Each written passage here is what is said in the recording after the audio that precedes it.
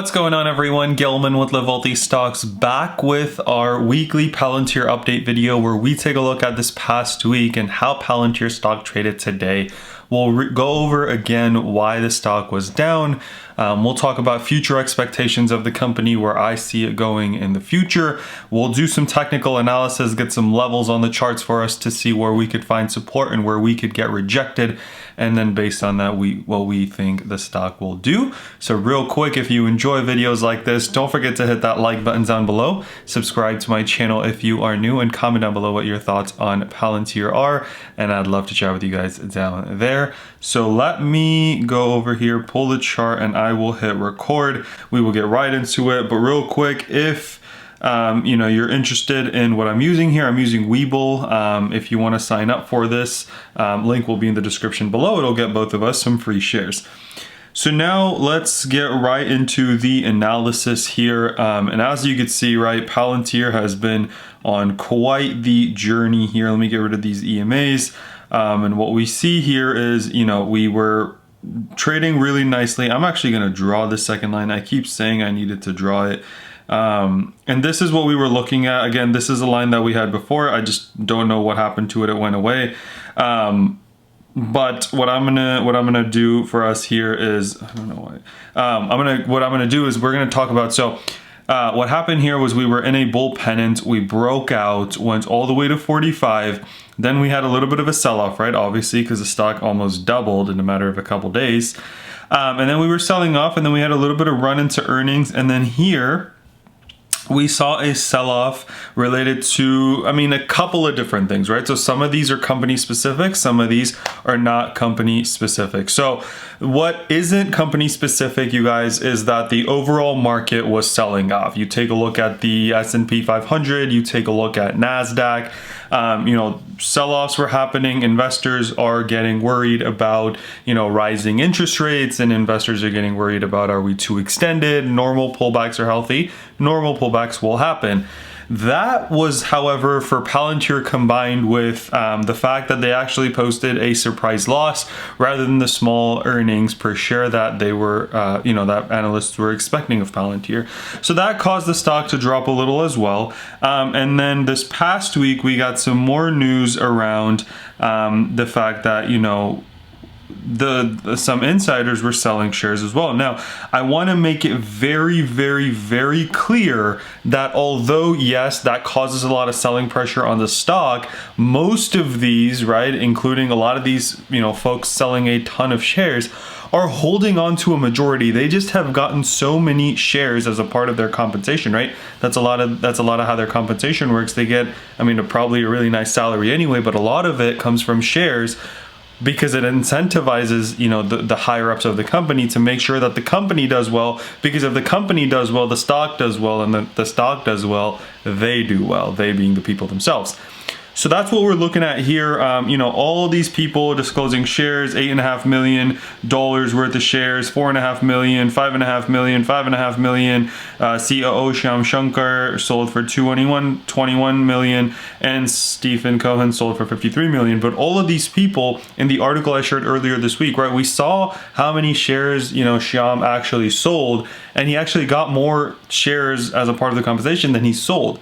So a lot of these people are still holding on to their shares, but nonetheless, it does cause a little bit of a selling pressure on the stock as a lot of these people are trying to unload their shares.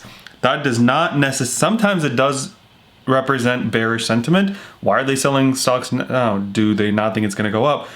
Yes, that can be the case, but in their case, they're holding on to, or a lot of them rather, I don't know about everyone, but a lot of them are holding on to a decent amount of their shares, which tells me that they're just locking some of that money in because it's part of their compensation and the lockup period is over, so they can do it, right?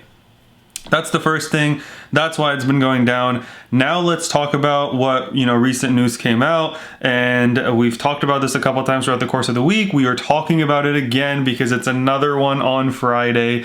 So Kathy Woods of ARK Invest talked about, what they got rid of and what they bought. They got rid of Apple and Facebook. They bought Palantir and Twitter.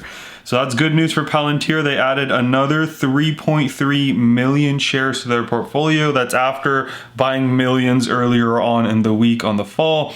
So that's great news because, I mean, Cathie Woods is well known with her ETFs, right? You take any of the ARCs and you take a look at their performance in 2020, over 100%, right? So that's great news. She's going for these high growth companies that have a ton of potential to do well in the long term. And when I say well in the long term, I'm not talking about, you know, companies that go steady up. She wants fast returns, or companies that have a lot of potential.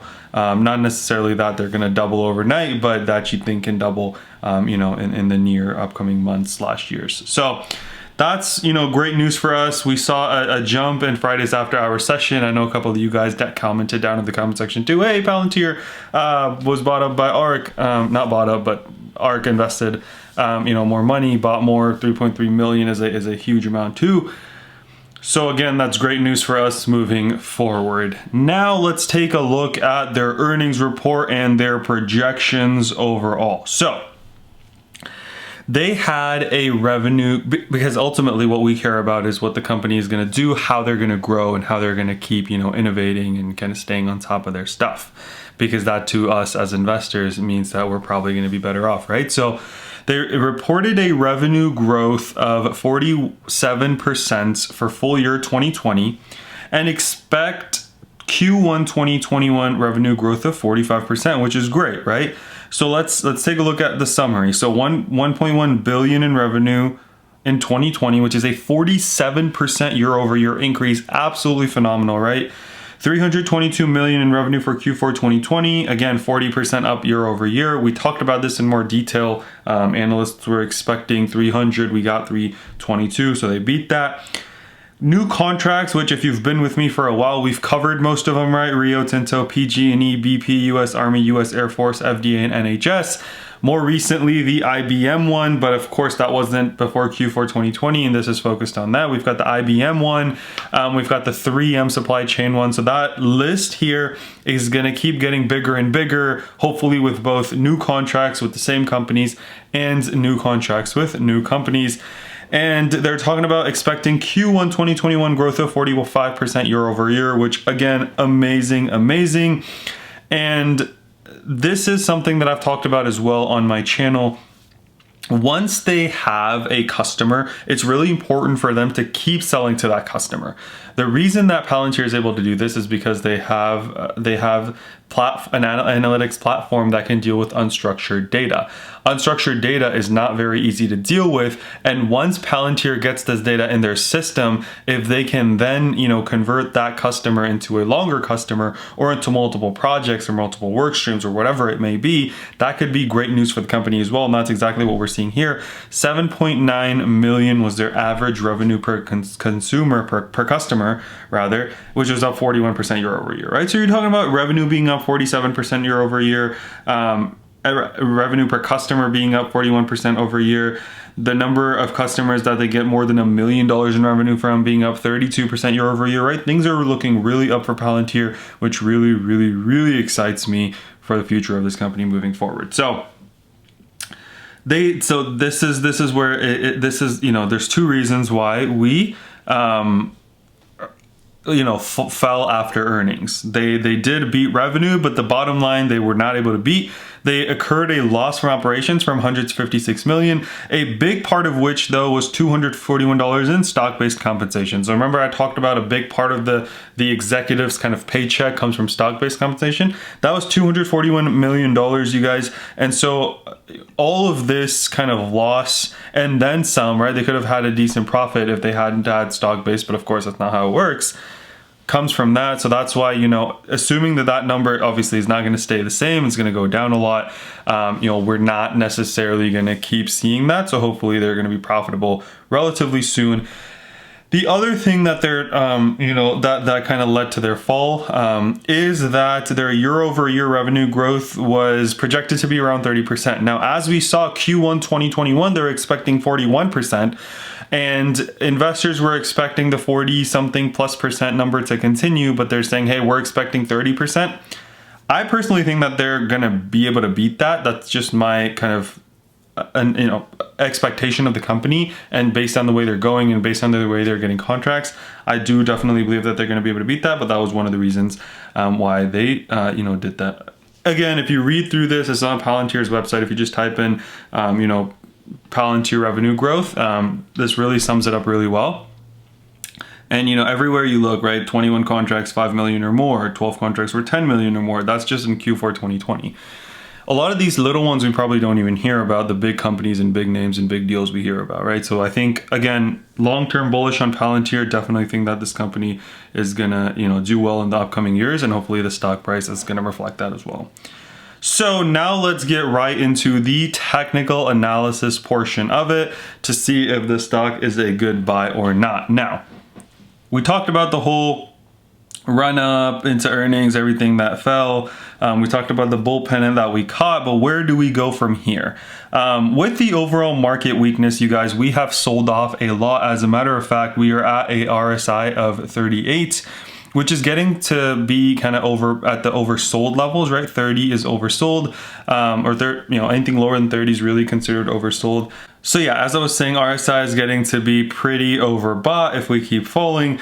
And then in terms of levels of support, right, what we see here, if we scroll back, is, there was, when we had this fall kind of back in December, early January, we had a low of 2250, which we also bounced really nicely off of on Friday. If we keep going, we could go down to, I think, this 2150 level, but that to me would be kind of the last level of support. If we zoom in here, let's talk about levels of support, levels of resistance, and we'll see what we have coming up. So as you can see, we are nicely above this 89 EMA, you guys, which is great news for the stock moving forward, because that means, that could be our solid base and we could start to push up. So again, on the downside, if we do go down, the first level I'm looking at is this 2370 level. And then I'm looking at the 2250 level for two reasons, because that's where we bounced on Friday, and that's where we bounced based on the last kind of flip that we saw between going down and starting to head up on the trend. If we keep falling, then I'm looking at the 2150, but I think that, assuming the markets are okay this week and not super weak, I do think that we are, going to turn around and start to maybe push up. Again, nothing's guaranteed, but, hopefully we see that. On the upside, what I'm looking at is this 2390s or 24 level, which we're above after the push up in the after hours, and then 2539 and then 2682. So my first goal for this week, you guys, is for us to cross the 2539, which I definitely think we can do, assuming markets are green tomorrow, and really make a push towards this 2682 in the first half of this week. If we can get that done in the first half of this week, then I think the second half of this week brings the kind of the 27, 28s for us. And hopefully, we can establish a solid base and push up from there. What that'll do is, being at that level, will get us to the 55 exponential moving average, which is currently at $27.19. As well as above the 8 exponential moving average, and we can establish that $27 as a good level of support, consolidate maybe a little bit, and then start to really push up. I'm really excited about Palantir. Again, I continue to hold my shares. I've got some 2023 leaps out, so I do believe in the company, and I've bought myself enough time for my thesis to work out. Look, if Palantir, even goes up to its all-time high from where it sits today, that's almost a double. And even if it does that in 2021, I'm hoping to double my money with Palantir in 2021. Again, not guaranteed, but nothing in the stock market is, nothing in life is even, right? But I do see the potential for all the reasons that I outlined before. Again, looking for a break of kind of that 25.39 and a push towards 27s. Hopefully we see that in the first half of this week. I make daily Palantir update videos where I only look at technical analysis and not the news that we covered in the first half. So if you're interested in that, don't forget to like and subscribe to the channel to stay up to date with all that. Comment down below what your thoughts on Palantir are, and I'd love to chat with you guys down there. Let's remember to be a bit better every single day, and until next time.